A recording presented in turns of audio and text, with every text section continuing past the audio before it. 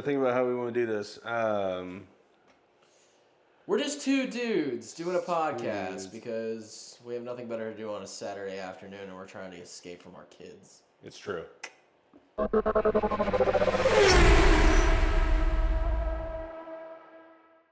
On this week's episode, we're going to cover a few different topics. One of them being EVs. Is it a fad? Is it dying off? Is it going to keep going?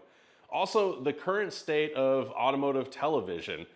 And then we're probably going to dive into the Cybertruck fire, as well as the Cobra R being destroyed, and we'll probably end on a couple other different news topics. So, all right, let's dive in first. EVs. Your thoughts? They can't afford one because they're too expensive, but, you know, it is what it is. I think the reason being, though, is the fad is not dying. It's getting too mainstream, and they're getting more and more expensive. Now, I will say that some companies are bringing out cheaper versions, like, you know, the Model 3 is getting a little cheaper for Tesla. Well, I think the Model 3 is like, what, 35 grand out the door right now? No, starting right now, you can get it for like 29. Yeah, and so, and there's a rumor going around that Tesla's going to make even a cheaper EV. But yeah, with every other company coming out with EVs, they're through the roof. You know, the Ford Lightning that doesn't sell, the Mach-E that doesn't sell, are still $60,000, $80,000 MSRP. It's insane. And so, like, even the Volkswagen that came out, this Volkswagen is amazing. The Volkswagen Buzz, and it's expensive as hell. MSRP is $80,000. Yeah, $80,000 starting. But I think that's fully loaded. I don't think there's different trim packages because it's a new model. They're only doing one trim and is selling for 80 grand. As far as designs, like, I really like the design of the Buzz, but that's only because it's based on the iconic Volkswagen microbus. It already has the original design to it, aspect of it that everyone already loves. Exactly. Dude, can you imagine if they do an electric Beetle? I would buy that. I would get that. Like an old school style Beetle, like the bus, that'd be cool. Right. But yeah, I mean, like, the problem too, though, is with all these EVs, I feel like, you know, every company is different, right? Every brand is different. Some brands have 100 different trims, Ford, you know, but not for the Lightning. It's weird. Right. Like, a lot of electric brands are not doing multiple different trim levels. Well, and here's the thing about the Lightning. I actually like the Lightning, and I like it for a big reason that they didn't try to reimagine what the pickup should look like. Yeah. It's not like... the design is very right. It's original looking. It's not like the Rivian. It's not like the Tesla. They didn't go back and try to redesign a pickup. It looks like an F-150. As a matter of fact, if you see one going down the road, like, sometimes I just have to look at the design on it, mainly the headlights, because it has that one bar that goes across the entire thing, to even know if it's a Lightning or just a regular F-150. But for $100,000 MSRP off the lot, and doesn't have a Tesla fast charger equipped plug, you have to get an adapter for that. Mm-hmm. Also, I think the range is 300 miles. Like, to me, that's just not worth it.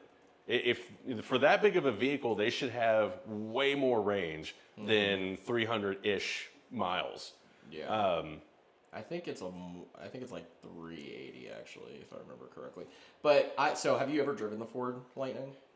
I have not. So I will say the Ford Lightning the Ford Lightning is terrible to drive.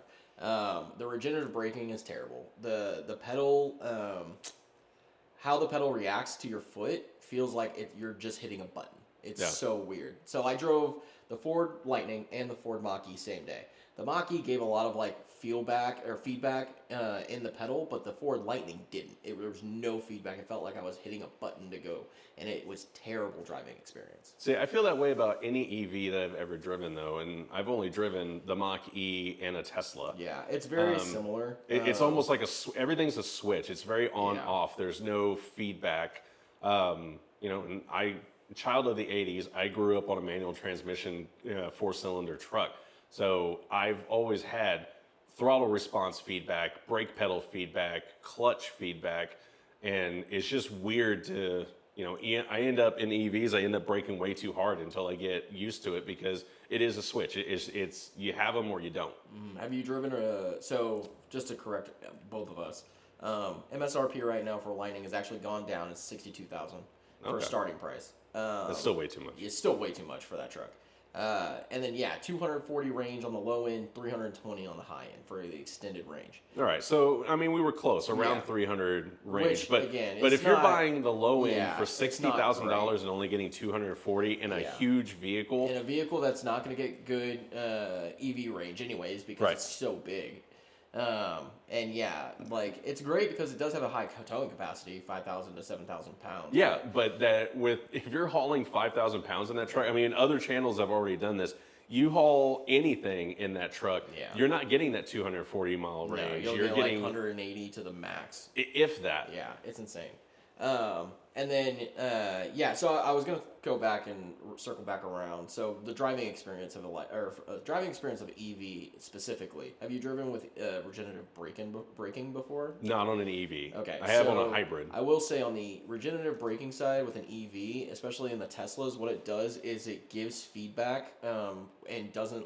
You don't have to brake. So what you do is you let off the pedal, and it comes to a stop by itself. And that gives feedback in the actual pedal, which is very cool. I think it's a very cool idea, not just to save your brakes, but it gives you that extra feedback that you like to kind of feel like the car is slowing itself down. Right. It does get some getting used to, and there are different levels. I know Tesla, I believe, is only one specific level. I drove another, I think it may have been the Mach-E that gives an option of 3 different levels of regenerative braking. And I also drove one of the Kia EVs and a couple other EVs. And they all have their own different things, right? But with the regenerative braking, I felt like it was a better driving experience because it gives you that feedback like we don't typically have in an EV.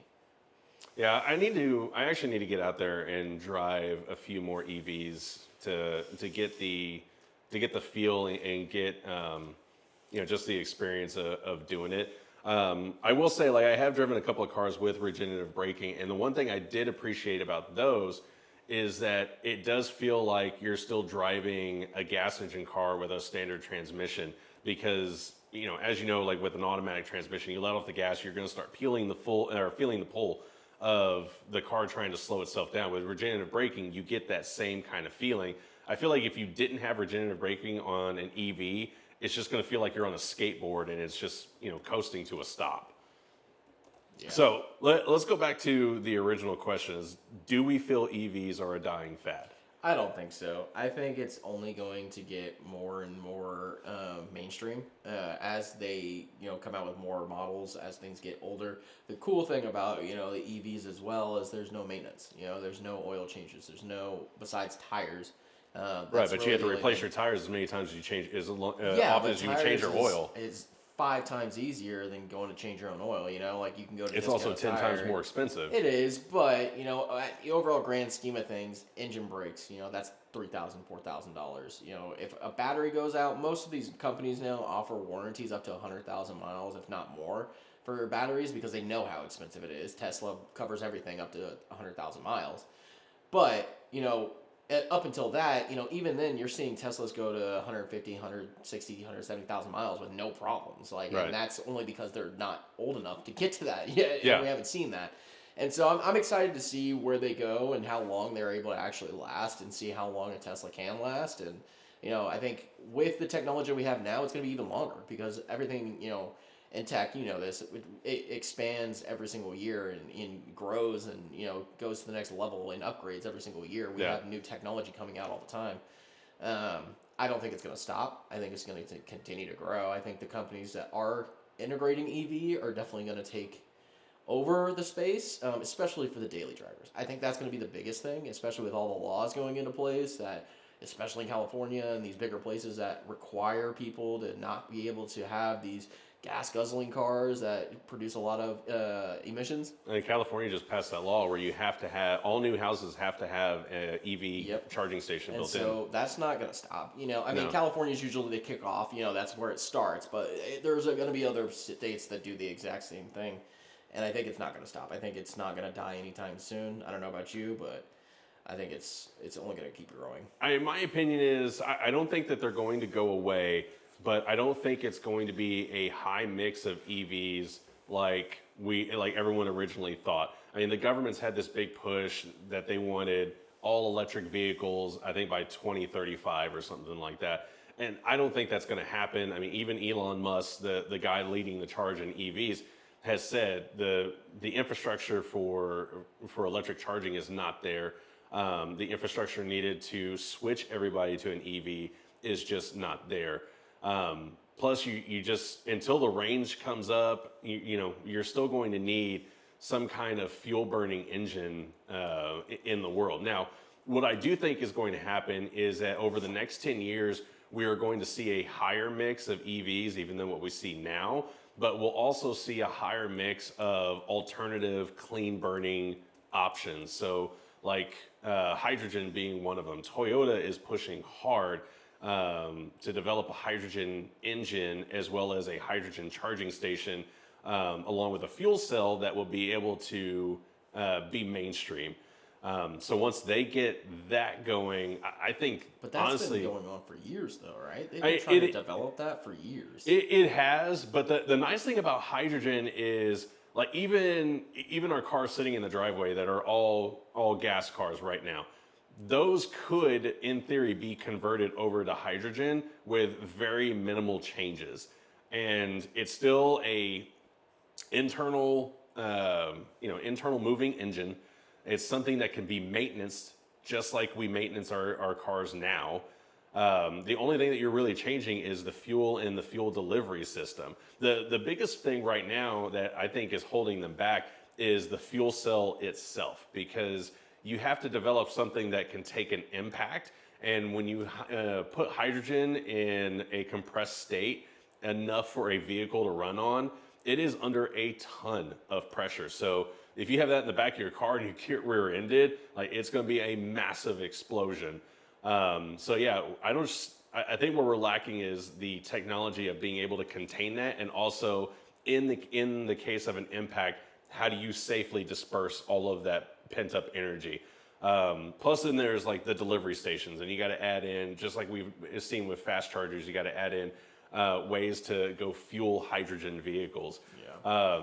The other thing I see is that we're probably going to see tons more of over the next few years is hybrids.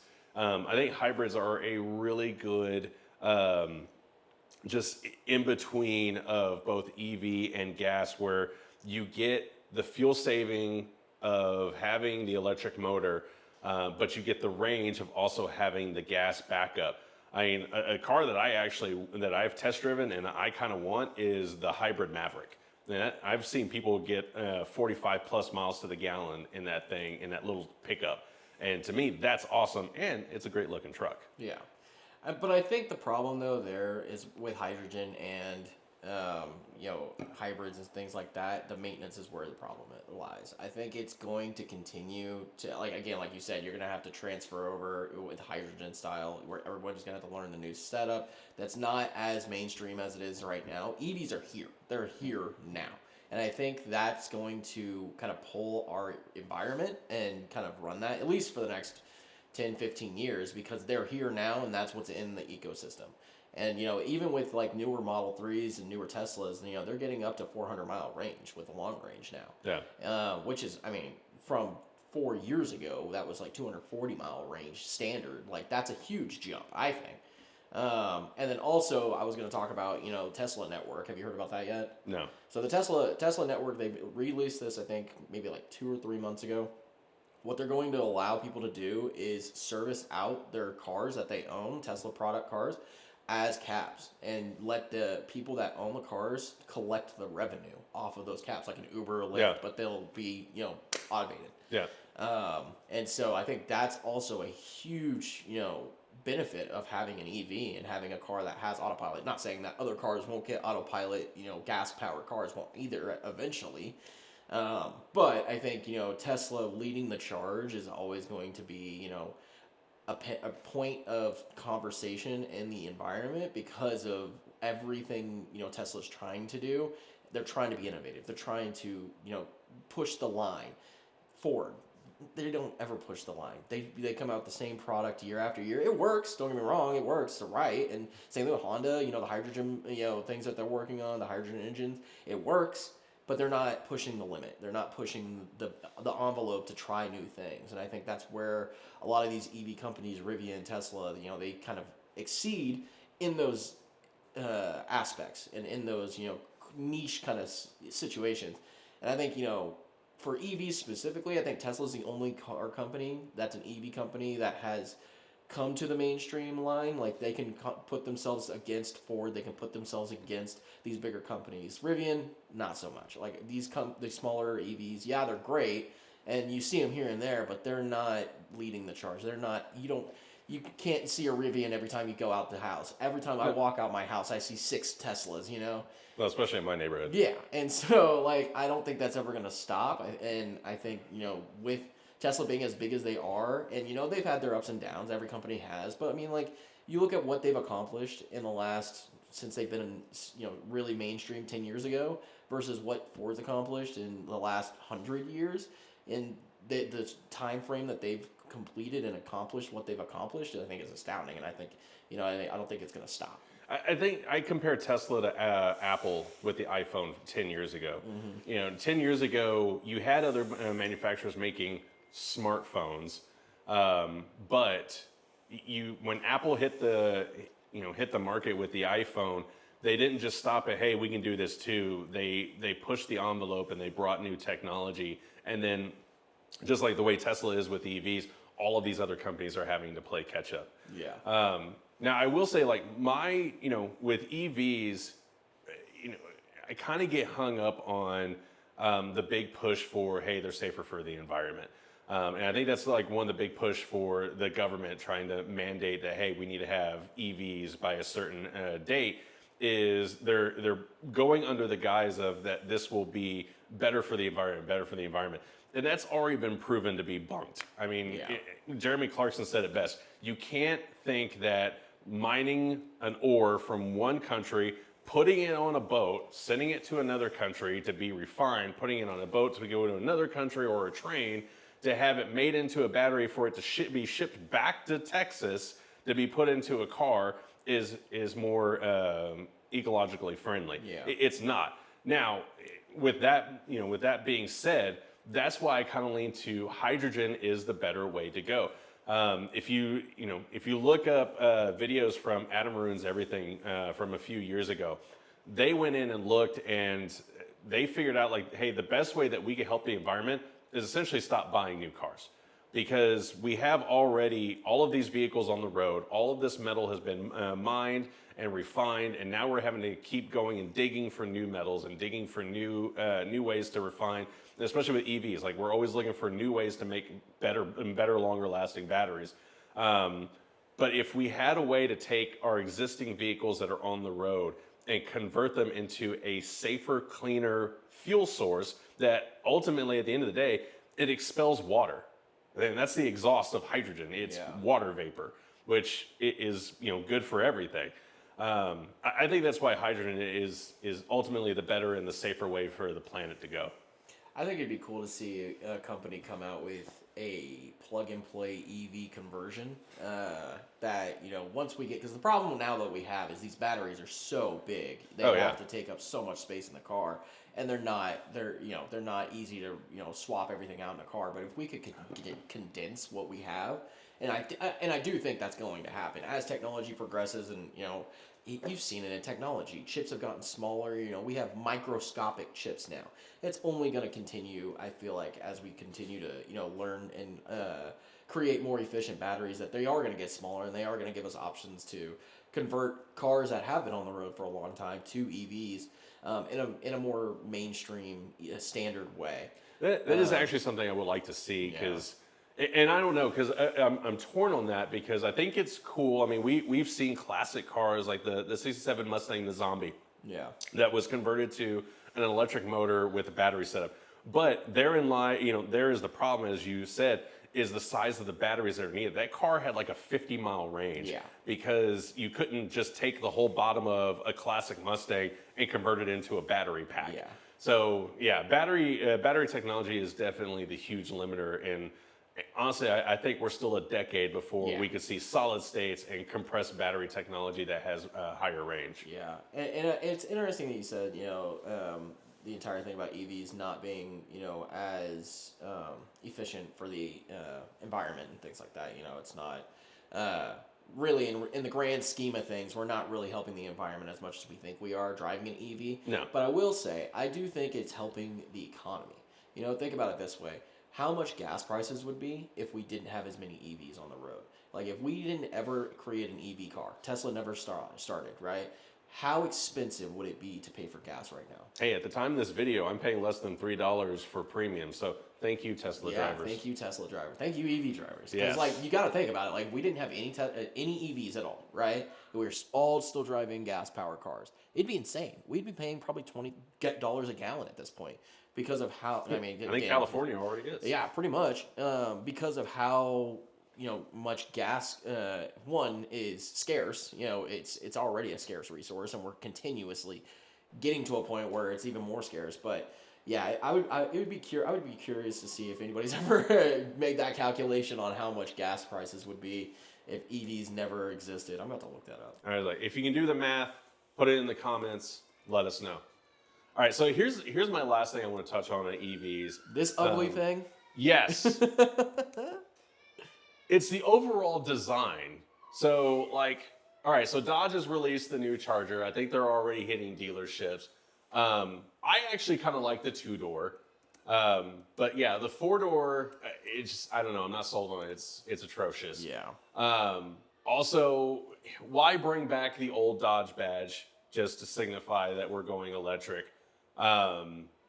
That doesn't make any sense to me. But also, a common thing that I've been seeing in EVs on all new models is, why do we have a light bar going all the way across? Yeah. Why that is now. not needed, and everyone is doing it. I mean, that's the easiest way that you can signify or know that it's a EV on the road, is it has one freaking light bar going all the way across. So yeah, Which is funny because Dodge did that originally, with the tail light. They did on the Challenger and Chargers. They did do that. But I would have been happy if they would have just kept it that way. Did the circles in the front? I always liked the circles. I always thought the circles really defined the car with the Charger. It really made it look standard and muscle. But this doesn't look muscle. This looks like a sedan that I would pay $30,000 for, and that be done. it's mediocre. Yeah, it's mediocre. Yeah. It's nothing. And then even the two-door, the two-door doesn't look bad. But I still think it lacks the luster that Dodge has always had. It lacks that, I get, Dodge Challengers, they've never been anything crazy design-wise. But we've always got a body kit. We've always got, a wide body kit. We've had the Super Bs and the SRT8s and the 392s. The Hellcat wide body. Yeah, we've always had a stature. And, and I think Dodge going away from that is, one, just, it's going to cut their entire fan base. No, they shot themselves in the foot because everyone who bought Dodges over the last 10 years, they all bought them because they had big V8s, they sounded awesome, and they looked great. And you've taken away all of that appeal in this design. Which, again, I am all for EVs. I'm a huge EV fan. This should have been an EV alternative. It should have been a V8 standard. It should have been the normal 392s, the superchargers, everything that they normally do with a V8 or with a EV alternate and a EV whatever. Even if they did just the four-door in an EV as a commute car, that would have been perfect. And they still would have got the people that want the EVs, because nobody that drives these cars now are gonna buy an EV Challenger. No. They don't want it. No. All right, so let's break the internet with a debate, and this is a hot one. The Mach-E isn't a Mustang. Mustang by name, not by stature. Agreed. I think it's a cool car. I think, again, I liked it. I liked it when it launched. Being an EV fan, I like how it looks. Yeah. I like the crossover. I like how it's more of a standard hatchback kind of style. But I don't think they should have used... I like the name Mach-E. I thought that was cool. The Mustang badge was not needed. They could have done it with just a Ford Mach-E, because I've always called it a Mach-E. I've never called it a Mustang Mach-E, because I don't see it as a Mustang. What I would have preferred, and what they should have done, is instead of calling it a Mustang Mach-E, close to what you're saying, they back in the 60s, 70s, they had the Ford Galaxy. They should have badged it a Galaxy. Galaxy. Bring back the old Galaxy name, Ford, if you're listening. Right? Good ideas. Hire us. Yeah, write me a check, hire us, do what you got to do. But yeah, bring back the Galaxy name that's not being currently used. You save your Mustang fan base.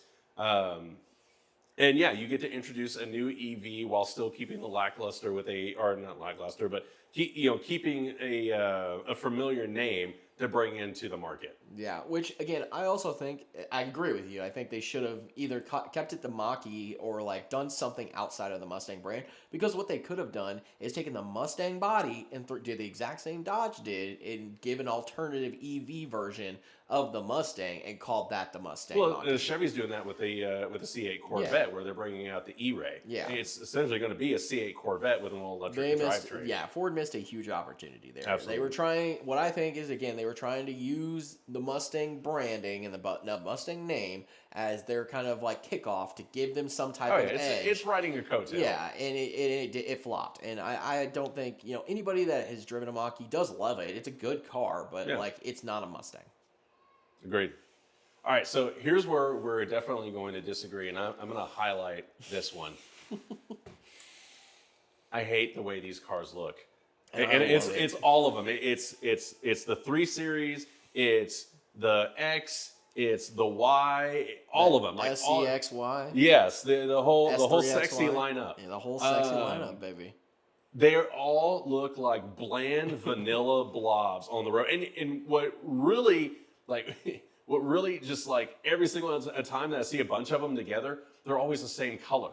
Like I don't think I've ever seen like maybe this ruby red. That's the expensive color. Yeah, like maybe a couple of times, but they're always white, gray, black, and that dark blue. And it's funny that they they brand it with the red. I think the red is the worst color on this car. I hate it on this car. I've never liked it. I don't like the ruby red. I don't like it on any of the Teslas. Honestly. I actually like that red. I see. That's where we draw the line. I like the white. Like I like the clean, classic millennial. Maybe that's what it is. Minimalist style. But I think what Tesla does well, and again, it's not for everyone. You don't like it. It is what it is. But I think what they do well is they created a car that's timeless. That car is it's bland, yes, but it has enough style and enough, curves to not go out of style. Like people are still going to buy it. In 10 years, people are still going to buy that exact model because they like it. And it's a mainstream design. Now, for people like you who like a little more edge, a little more flair, it's not for you. These are designed for people who they're iPhone users. Yes, it is. I don't need anything crazy fancy. I don't need because this is going to be just like the model or the iPhone 8, 16. What is it? 10 years ago now. Yeah. And an iPhone 16 now, they look the exact same. That model in 10 years is going to look the exact same. Yeah, it'll just be a little bit faster and have a little bit more speed and a little bit more range. But They know what overall, they're doing. the body is exactly the same. Now, Don't. that thing. Oh god. That is The trash can. that it is a dumpster on wheels. I can't get behind. Tesla. I can't get behind this one. I'm sorry, but like every time I see this thing, it looks like just a dumpster fire. The Cybertruck looks like Elon Musk found a drawing of a pickup that he drew back in kindergarten, and someone made him a bet that he couldn't sell something that looked like that. I mean, all to him if that was it, because Here's the story but would here's be great. here's the bad thing though, they're selling. Oh, because Now, granted, they're recalled 2 weeks later, but they are and just selling. like Apple, people are gonna buy the most expensive thing. It is what it is. There's enough. They're fashion. Fanboys Yeah, they're fashion There's symbols. enough fanboys out there to keep that train going. Well, and I don't even there's think enough fanboys for Cybertrucks. I don't even think this is a fanboy thing. I think this is because it's $100,000 truck, and because it's so ugly, and it's gained It's a statement popularity. piece. Because it's hey, I can get one and you can't. Well, again, it's just like the new Apple VR. like, $3,000 VR Oh yeah. set. I mean, I've seen videos from the 10 network here in town where you've got McLarens, Maseratis, Lambos, and then 10 Cybertrucks hanging out with them too. And they're only invited because they bought a damn Cybertruck. Yeah, they spent $100,000 on a trash can. Yeah, exactly. Yeah, and can we talk about? I'm gonna look at the camera for this one. Uh-oh. If you wrap that piece of in wrap in a different color that makes it look like just matte crap, please stop. we're begging you. I'm tired of seeing the lightning. Oh yeah. Fake ass lightning wrap that doesn't even look good. Or the graffiti. Oh I saw my one that was God, like a brick dude. wall with graffiti on Like the side I saw of it. one that was I'll say the gold wrap wasn't bad looking because it looks similar to what it comes in. Yeah. But like the crap fake lightning that looks like a NASCAR wrap from 2004 that I put on NASCAR in the game back in the day. You know what I'm talking about? Yeah. The lightning graffiti. I can't stand Also, it, dude. hold on, I'm gonna go to the camera too. The guys who wrap them in matte black, you're not edgy, you're cheap. Yeah, Stop it. For real. And like the matte black doesn't look terrible, but the problem is with that car, there's no lines. Right. And so it just looks like a freaking canvas of black. A matte black on 68 Charger, that is beautiful because it has the curves to support it. That thing does not. It needs a shine. It needs something that like gives out a reflective something because it's just a wall of what is it, aluminum? Yeah. Yeah. And also, the worst part it. about the Cybertruck, you can't truck with it. No. It has no ability to do truck stuff. It can't I mean, tow, everyone's seen the videos of it not being able to tow, not being able to do 4-wheel drive stuff. I mean, I just saw one recently. Where he destroyed his. I just saw one recently where there was one stuck in a snowdrift on the side of the road because it couldn't get traction enough to get out. Yeah. The one that made me laugh the other day, and I tried to get a picture of it because I saw it on the road. It was a Cybertruck.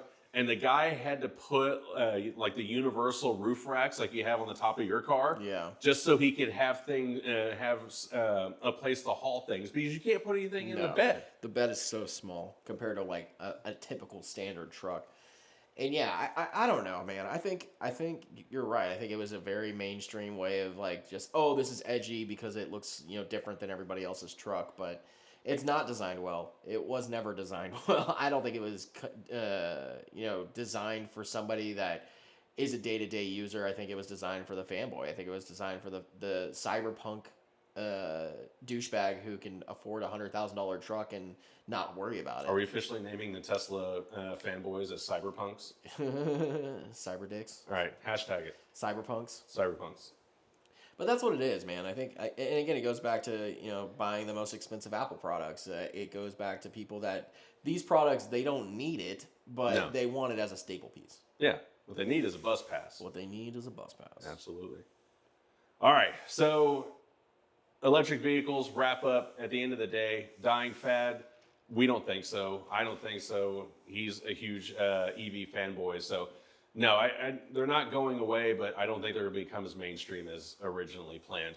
I feel like they're 3D televisions. It was it was a fad. Yeah, it was something that was predicted as huge, and now you can hardly ever find them. Yeah, I don't know. I don't think it's that bad, but I do think it's not going to go away anytime soon. Agreed. So another topic, and this is something that probably is going to resonate more with me because I'm a little bit of older generation, and I grew up with a lot of automotive TV. I mean, my Sunday mornings consisted of trucks and all-wheel drive or 4x4 off-road, and watching Stacy put together the '67 Chevy pickup, Project Copperhead. Make sure you go check that out. Anyways, you're old. Yeah, I am.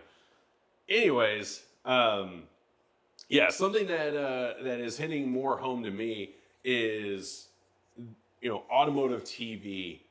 We've seen it over the last couple of months. Just it's going away, and I think like the biggest eye opener and wake up call for everybody in that genre is Motor Trend Studios just completely shutting down and laying off their entire staff. And you're talking like when I talk about staff, I mean I'm talking about the presenters, the back end people like the editors, the film crews, the directors, even the office staff. They all got a random email or pulled into a room and said, "Hey, we're done." And this all happened because Motor Trend Studios sold out to Fox. It's like Fox and Discovery as a joined company. Mm-hmm. And some random CEO was like, "Nope, this is not making enough money," so they're shutting it completely down.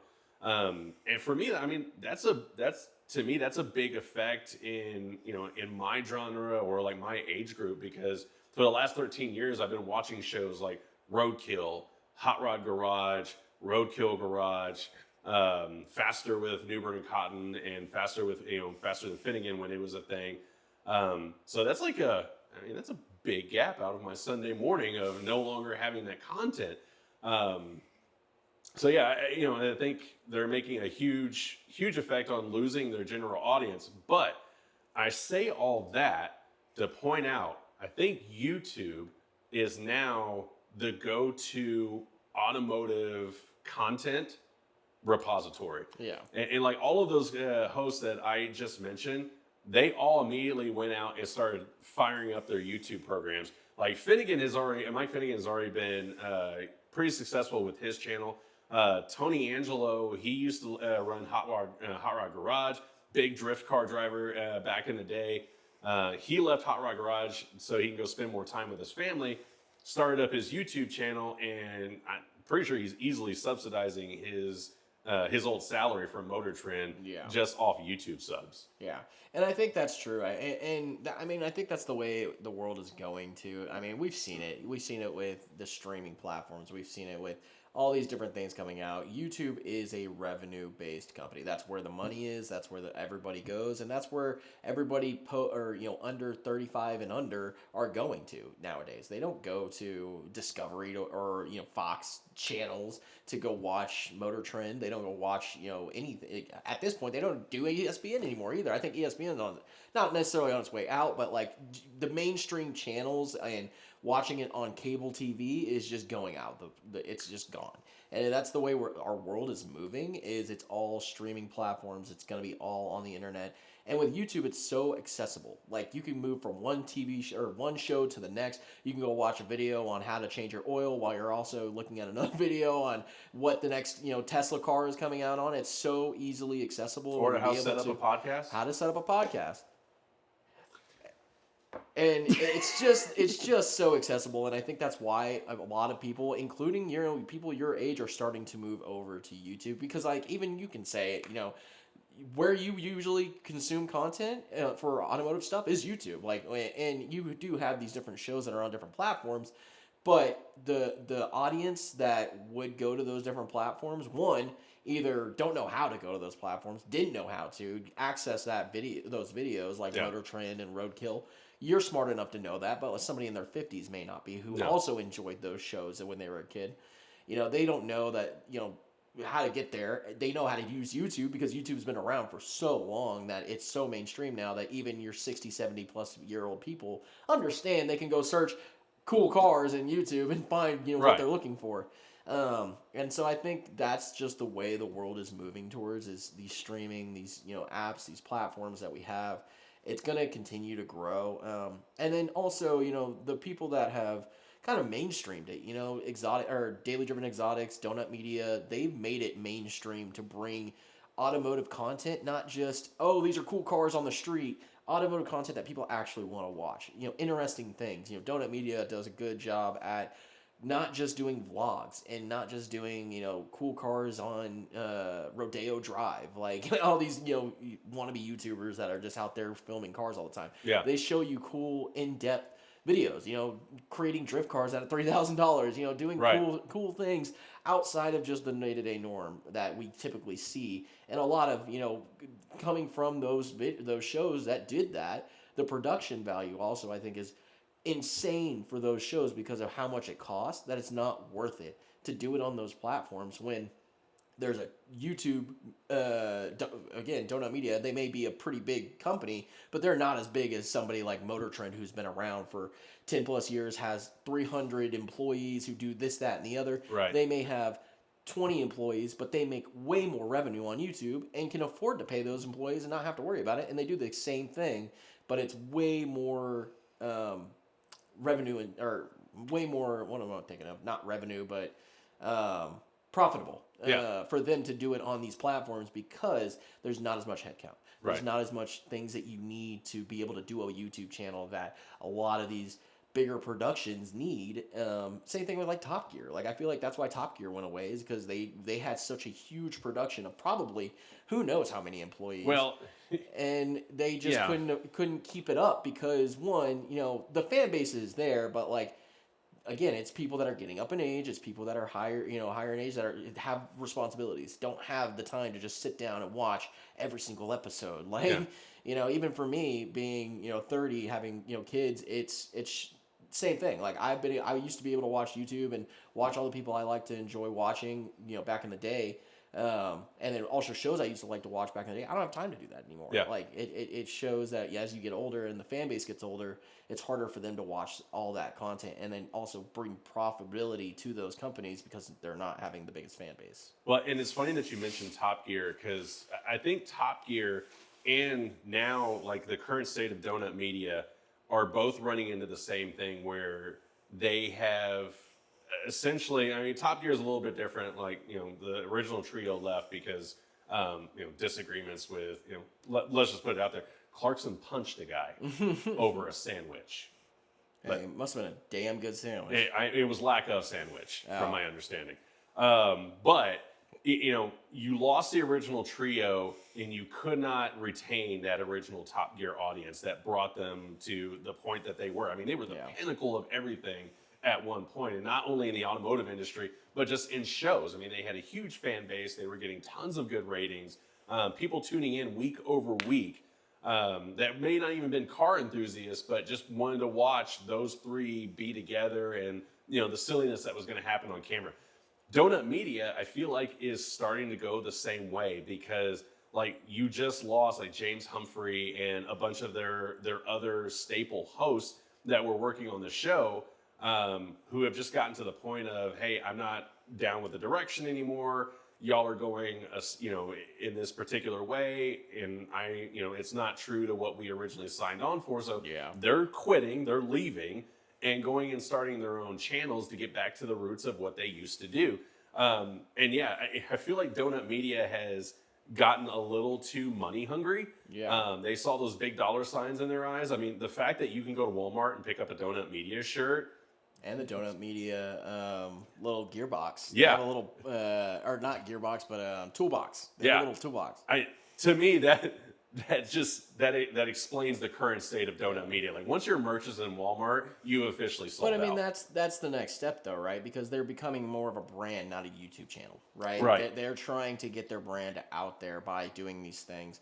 And again, I respect it, but it's becoming less of it about the content and more about the sell. I can respect it, but you lose your fan base that brought you to that point. But I think going back to the original topic at hand, the death of automotive TV and being on channels on TV, cable, that kind of thing, the accessibility for not just being able to access, as a content consumer, to access those videos and that different, those different genres and different types of videos.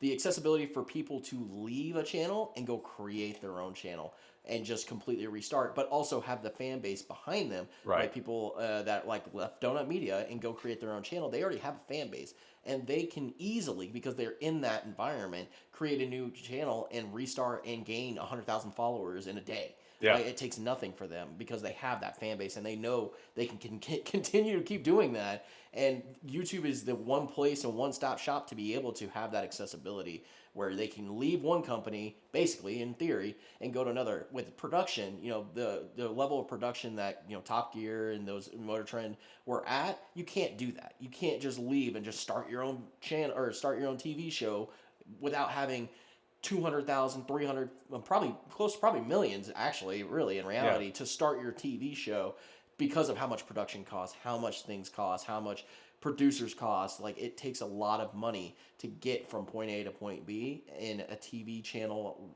environment. With YouTube, it takes 2 seconds for you to go create a new YouTube channel and start back up. Well, yeah, and honestly, I mean, I appreciate that format a little bit more than like a high-end production.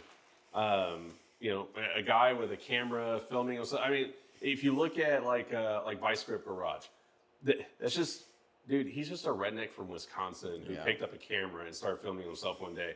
And he's still, I think that's why he has such a huge fan base, is because that's still the root of what he does. It's him, a camera phone, and he goes out and he just does his thing. But he also, I mean, he has a great personality. He brings in the audience like they're friends, and there's no huge production value behind it. But he's easily making tons of money off YouTube subs. And Patreons, everything. Oh, There's yeah, so absolutely. So many different avenues for revenue on YouTube. And then also, like, yeah, that style, the vlog style, the very personal style of videos has gained a lot of traction in the last 10 years. Yeah. You know, with David Dobrik being a big person that launched it back, 10 plus years ago. Or not really launched it, but was like pushed that narrative of doing like the vlog style videos. It's created this environment for other industries to do the same thing. Automotive, DIY, these different things that are doing more vlog styles because they know people want to be personal. They want that personal touch. Yeah. And I think, places like Donut Media and some of these other places that kind of not necessarily steer away from it, but do other kind of aspects and different, genres of the, videos, they lose that personal touch, and that's not everybody's cup of tea. A lot of people want that personal touch nowadays, and I think the style of videos that Donut Media is putting out and that Motor Trend put out and Top Gear, they were geared towards the more older generation, but that older generation is going out, and they're going out of what's what, and they're not using YouTube, they're not using these other, they may, but it's not as mainstream as our 18-year-olds running around here. They're on YouTube every single day.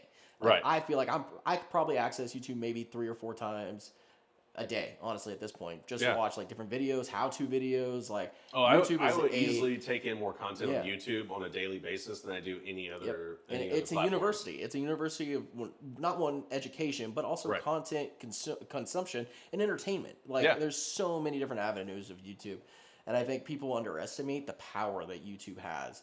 And then, this is point blank period, Motor Trend being a company that can pull the rug out from everyone. They literally just pulled the rug out and said, hey, you're done. Right. For 400 employees, without any cause, without any repercussions, nothing. With a YouTube channel, it's yours. Obviously there's other things, and but if you own the YouTube channel, it is yours, and you can do what you want with it. And so, or start a new one. And I think giving that accessibility to people is also, for the creator on the creation side, it gives a lot more accessibility to be able to do what they want to do, and not conform to, what is the companies like Motor Trend and Fox and all these other people who have red tape after red tape after red tape, and a million producers you have to get green lights for just to start a show. I will say that the one thing that was nice about Motor Trend is that, like, Roadkill started with the whole premise of, like, it was just 2 idiots with junk cars and hilariousness ensues. Even like when they went to Motor Trend, there was some changes. Like, they got sponsored by Dodge, and immediately there was a bunch of Dodge cars in the mix. But Dodge never said, "Hey, you can't go, work on a Chevy," and they still did. I think the one thing that really hurt me watching later Roadkill episodes is they got sponsored by AutoZone. And it was a blatant, like, I'm going to install this Duralast alternator on this 68, Comet. That to me is like when they probably start losing some fan base. I'm curious to see now that they don't work for Motor Trend, that they are going to be doing their YouTube channels. First of all, for those who didn't know, like Freiberger and Finnegan were under contract to not appear in each other's YouTube channels. Mm-hmm. The only time that they could be together is on Roadkill. So that's done. So now I'm curious, like, are they going to go back to their roots when they started on YouTube and go back to doing those just 2 goofballs with a junk car, trying to get it running or make it from point A to point B, hilariousness ensues. So I'm hoping that is the future, and that's what we're going to start seeing out of those channels. Are we ready to move on to the news? Yeah. We're already in, like, how long are we in? I don't know. Like an hour and a half. Probably.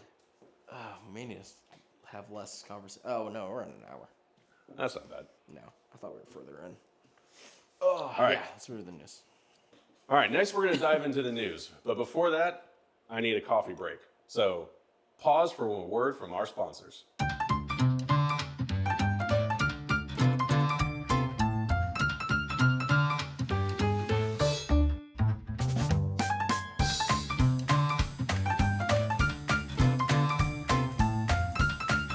let's move on to the news. So, a few topics that we have seen pop up over the last week. The first one that we have to address is the actual dumpster fire. So, the Cybertruck explosion in Vegas, which I don't know if you've been keeping up with that. They are now calling it a terrorist attack.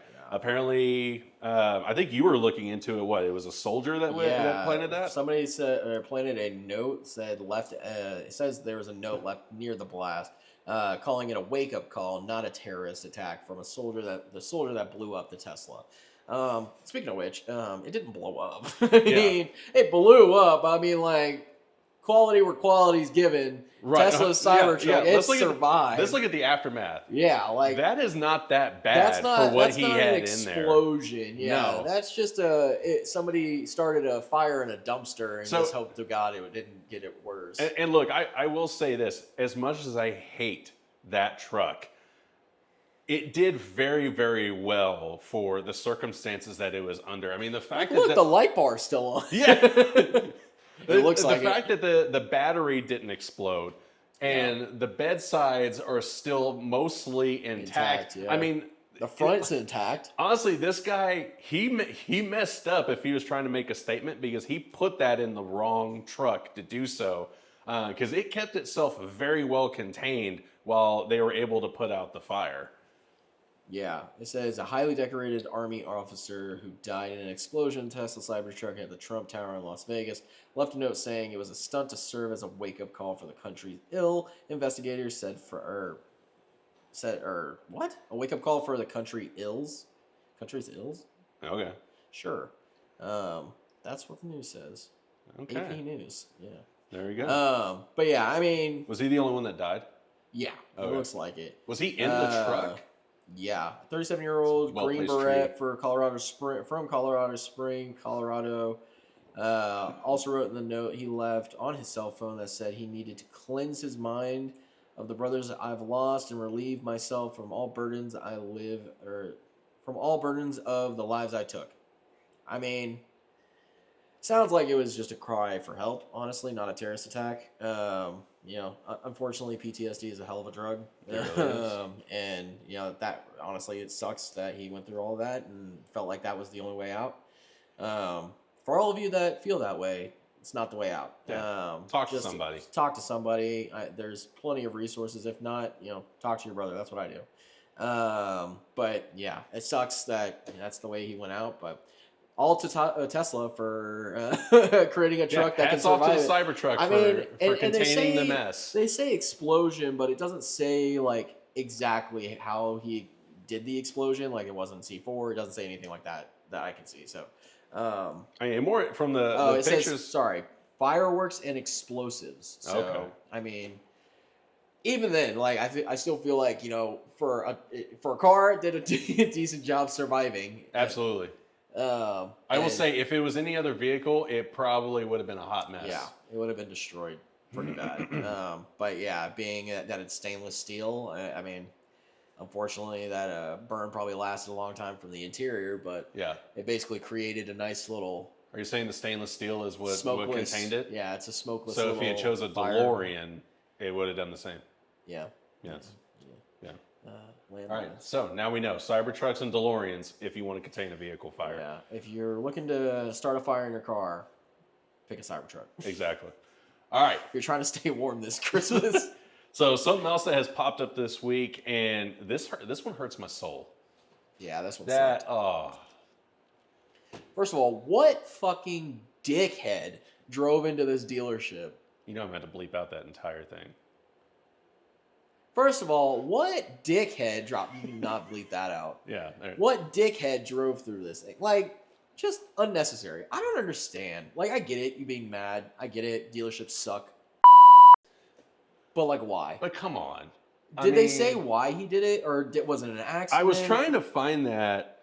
And they don't really dive into, like, how the accident happened. I mean, all the news articles I found are more talking about, like, how rare that car is. Yeah. Which, by the way, like, they say delivery miles. So I'm thinking less than 100 miles were stuck on this car. It is a 2000 model Cobra R, which, for those who don't know, they only built 300 of those cars. purely a race car. They're not street cars. They all came in the same color. Again, it's just a very rare car. And the fact that it had been sitting on the showroom floor since 2000, which, by the way, hats off to them because there's no oil puddle under it. That we can see. That you can see anymore, yeah. But yeah, I mean, this car easily, I mean, I don't know, half a mil to a mil because of its state and just, you know, the rarity of it. They ain't getting that insurance claim. No, they're not getting that claim. Yeah, No, they're not getting that. Yeah. Now, I will say I have seen other pictures. They've already got it into a body shop, and they are trying to assess whether they can fix it or not. Oh, nice. And I will say, I think the worst part of this burn is the fact that it was hit by a damn Hyundai. Like, that is just like, could you have found something cooler to go through the? I mean, couldn't have hit it with a Cybertruck. Yeah, it's on the backside. Like, I think it's on the front of the lot. Where was it? It was a Tri-City Ford in Eden, North Carolina. I need a play-by-play. Where's the video evidence? Yeah, they had to have a camera somewhere. That's what I want to see. I want to see the CC television footage of it. I looked. I couldn't find it. Okay. But yeah, it's just unfortunate, and like again, I think it's just like I want to know the reasoning. Like, can we get the person that ran the Hyundai in there on the pod so we can talk to them and be like, what was the options here? Yeah. What'll be worse is if it's just somebody that got into their car and thought they were in drive and they nailed the gas in reverse and just didn't know how to stop. That's going to be the worst part of this whole situation if it was just blatantly someone's ignorance or stupidity on how to drive a car. Which it typically is, unfortunately. But hey, part out coming soon. So anybody looking for some panels off of a Cobra R. Yeah. Can I get that hood? Is it still good? I would just take the hood just to hang. Oh, dude, absolutely. Like, if you're going to replace it, if you're going to throw it away, just throw it away this way. Yeah, I'll leave my contact info at the bottom. I'll take the hood and that front bumper. Throw it away in my Cybertruck. It's already a trash can. Amen. All right, so last bit of news, and this has been actually something we've been talking about for a couple of weeks now. I think everyone has probably seen this pop up on their radar, but the merger between Nissan and Honda, and I think even Mitsubishi Motors is also now a part of this mix. This is pretty significant news out of the automotive industry. You know, my thoughts on this. I think this signals a couple of things. Both of these companies invested heavily in EV technology, and I know Honda was one of the ones that, hey, we're eventually going to go all EVs. They've since then backed out of that statement and said, no, we need to find what's the healthy mix. You know, both of them are failing year over year or declining year over year. As far as sales goes, you know, I think Nissan is in way worse shape than Honda is. But you know, I think this signals what we're going to start seeing a decline in bad decisions made from automotive manufacturers on where they thought the industry was going to go. Yeah. I mean, I think it's a win for Nissan, honestly, to kind of get bailed out a little bit. You know, I think Nissan in the last 10 years have just been going downhill. I mean, it's point blank period, the Versa. Like, a point blank period, the Versa. It's just terrible. It has always been terrible. It's constantly unreliable. Even the newer versions that have come out that are 2024, 2025 still constantly have problems. And you'd think they would figure that out by now. But I also think, I agree with you, I think they put a lot of money in a lot of things that didn't pan out. Yeah. You know, the hydrogen engine that they were working on, what Hyundai was working on, it's still in production and they're still working on it, but it's not there. It's not to a point where they're making revenue off of it. Right. So they're putting money into something that's not building anything back. Nissan, they put a lot of money in EVs, the Nissan Leaf, that has been around it's been a staple in the EV community for a long time, but the range on those things is like 80 miles. Like, it's enough to get one place, then have to charge and then get back to that same place. And then if you've had them for a couple of years, guys are getting like 15 to 30 miles. It's max. insane. And so, they're putting their money in the wrong place. They should have made a longer range. They should have done more to those EVs, but they were trying to make it for the commuter that stays in the city, which, again, at least for around here and around where we're used to, you can't go anywhere 10 miles or anywhere like from here to work without going 20, 30 miles. So, Oh yeah. No, I think it depends on the place too, but I think Nissan has done a really bad job at understanding what they really have to offer. The trucks are good and they don't focus that much on the trucks. The what is it? the Titan, The Titan, the Xterra, they have good trucks, but they don't focus on the trucks. They focus on producing That's the other truck. Versas, producing the Sentras that are terrible cars. No, they put all their money in cheap vehicles. Yeah. And I think the bigger problem is one of their cheapest vehicles is the Altima, and that car is almost too tough. Yeah. Like you can drive down Mopac in Austin and see an Altima with all the body panels missing, and it's still going down the road and past state inspection, by the way.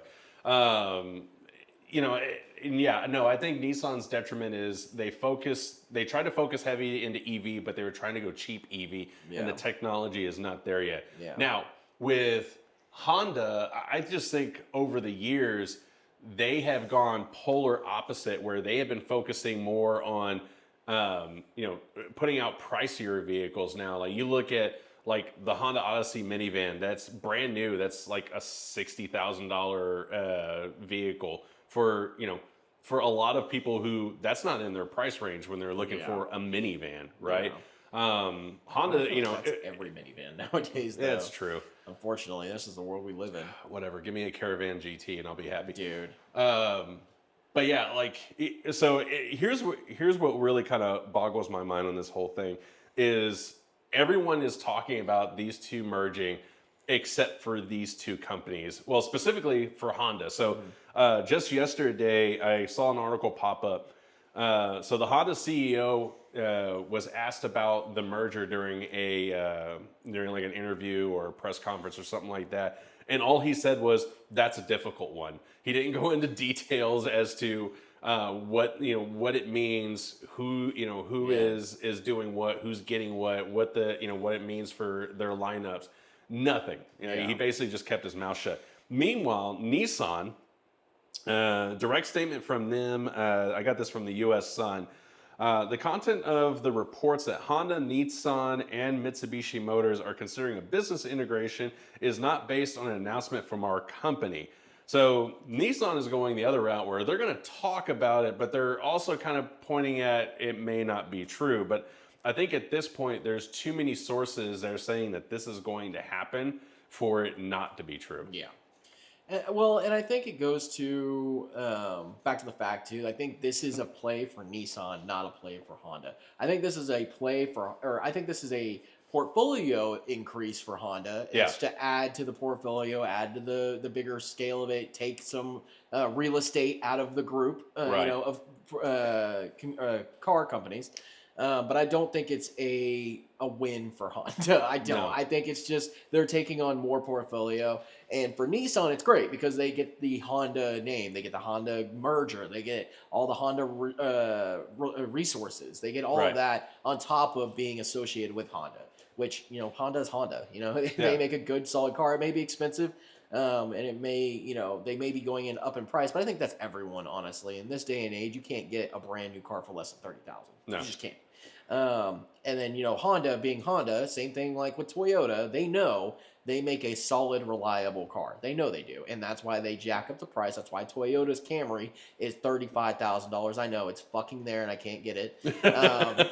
And that's why they jack up the price, because they know, one, it's going to be reliable. It's a car you can drive for 10 years and not have to worry about anything. It's going to be a car that you can buy in a relatively inexpensive, because like the Camry, the Civic, they're not that expensive in the grand scheme of things. Yeah. But they're cars that are going to be reliable and stay reliable for the next 5 years. Not Nissan, where if you buy an Altima for $40,000 brand new, it's going to crap out on you in a year because you hit your 10,000 mile limit on a Nissan. Or not the Altima, but the Versa. I'm going to challenge you on the Altima. Sorry, not the Altima is the one car that they have that actually is reliable, but the Sentra and the Versa are the terrible cars. They're throwaway cars. Yeah, they're throwaway cars. But you're spending $30,000 on a throwaway car. Yeah.